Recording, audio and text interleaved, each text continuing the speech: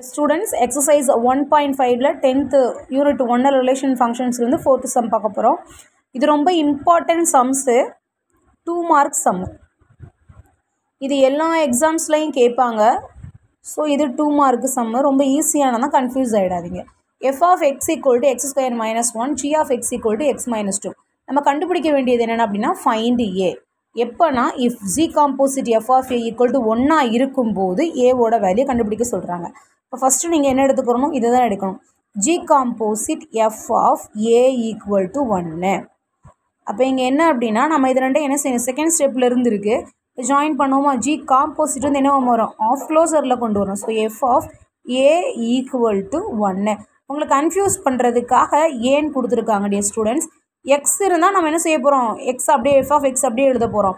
F of X plus 1 இருந்துச்சுன்னா எக்ஸுக்கு பதில் எக்ஸ் ப்ளஸ் 1 போட போகிறோம். எக்ஸுக்கு பதில் ஏ இருந்துச்சுன்னா ஏ போட போகிறோம். பி இருந்துச்சுன்னா பி போட போகிறோம். சீன் இருந்துச்சுன்னா சீன் போட போகிறோம். இங்கே என்ன இருக்குது, எஃப் ஆஃப் ஏ இருக்குது. அப்போ நம்ம இங்கே எக்ஸுக்கு பதிலாக இங்கே என்ன இருக்கோ, இங்கே என்ன இருக்குது, ஏ இருக்கா. அப்போ இங்கே ஏக்கு பதிலாக இங்கே எக்ஸுக்கு பதிலாக என்ன போடணும், அப்போ ஏ ஸ்கொயர் மைனஸ் 1, அவ்வளோதான்.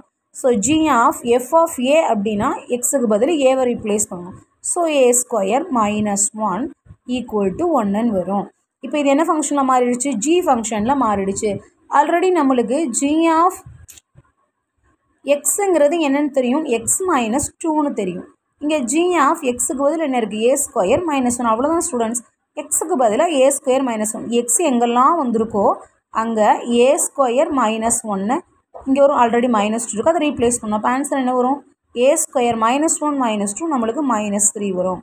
அப்போ g of a square minus 1 equal to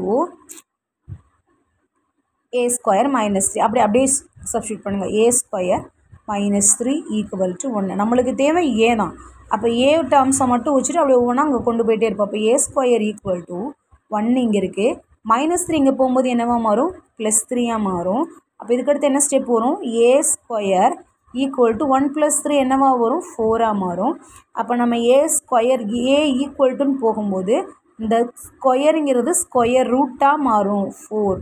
so which equal to, அப்போ ஏவோட வேல்யூ என்ன, நம்ம இதிலேருந்து வெளியில் எடுக்கும்போது 4 ஸ்கொயர் ரூட்லேருந்து வெளியில் எடுக்கும்போது 2 வரும். ஸ்கொயர் ரூட்லேருந்து எந்த வேல்யூமே எடுத்தாலும் காமனாக நம்ம ப்ளஸ்ன்னு சொல்ல முடியாது, மைனஸ்ன்னு சொல்ல முடியாது. ஸோ அப்போ ப்ளஸ் ஆர் மைனஸ் 2. ஸ்டூடெண்ட்ஸ், இந்த ப்ளஸ் ஆர் மைனஸுங்கிறது ரொம்ப முக்கியம். வெறும் 2 மட்டும் போட்டிங்கன்னா கண்டிப்பாக ½ மார்க் குறைச்சிருவாங்க. கவர்மெண்ட் எக்ஸாம்ஸ்லாம் பார்த்தீங்க, பேப்பர் கரெக்ஷனில் பார்த்தீங்க அப்படின்னா ½ மார்க் குறைக்கிற இடத்துல 1 மார்க் குறைச்சாலும் குறைக்கலாம், இல்லை போட்டாலும் போடணும். ஆனால் நீங்கள் ப்ராசஸ் கரெக்டாக பண்ணிடுங்க. ப்ளஸ் ஆர் மைனஸ் 2 அப்படிங்கிறத கிளியராக எழுதிடுங்க ஸ்டூடெண்ட்ஸ். ஏன்னா இதுதான் கரெக்டான ஆன்சர். தப்பாக வரும் +2 -2 போட்டிங்கன்னா உங்களுக்கு மார்க் குறையிறதுக்கு வாய்ப்பு நிறையா இருக்குது.